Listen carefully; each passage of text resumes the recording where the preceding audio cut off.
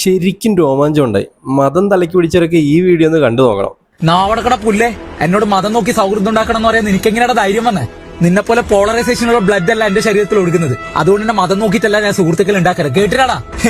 നിന്റെ ഈ ചത്ത ബ്രെയിനിൽ എന്തെങ്കിലും വെളിവുണ്ടാകാൻ ഞാനൊരു കാര്യം പറഞ്ഞുതരാം. നീ ഇട്ടിരിക്കുന്ന ഡ്രസ്സില്ലേ, അത് നീ വാങ്ങിയ കടയുടെ മുതലാളിയുടെ മതം നിനക്കറിയോ? അത് ഉണ്ടാക്കിയ ഫാക്ടറിയിലെ തൊഴിലാളികളുടെ മതം നിനക്കറിയോ? ഇത് തയ്ച്ചാളുടെ മതം നിനക്കറിയോ? ഇത് അവിടുന്ന് ഇവിടെ എത്തിച്ച വണ്ടിയുടെ ഡ്രൈവറുടെ മതം നിനക്കറിയോ?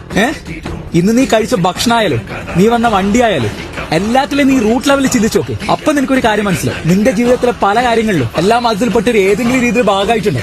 പിന്നെ എന്റെ ഫ്രണ്ട്സിന്റെ കാര്യം, അത് നീ ഓർത്ത് വേവലാതി പെടണ്ട. എല്ലാ രീതിയിലുള്ള ഫ്രണ്ട്സും എനക്കുണ്ട്. എന്റെ വണ്ടി വഴിക്കായിട്ടുണ്ടെങ്കിൽ വെറും 5 മിനിറ്റ് പിള്ളേർ പറന്നെത്തും. എന്റെ കയ്യിൽ പൈസ ഇല്ലാത്ത സമയത്ത് എന്റെ ഫുഡിന്റെ പൈസ അവരാ കൊടുക്കാറ്. ഞാനൊന്ന് വീണ് കഴിഞ്ഞാലല്ലേ എന്നെ ചേർത്ത് നിർത്താൻ അവരുണ്ടാവും. അതുകൊണ്ട് അവരിൽ നിന്ന് എന്നെ പിരിക്കാൻ നീ നോക്കണ്ട. നിന്റെ ഈ വർഗീയതയുടെ റൂട്ടിലേക്ക് എന്നെ അടുപ്പിക്കാനും നിൽക്കണ്ട. അതിന് എന്നെ കിട്ടൂല.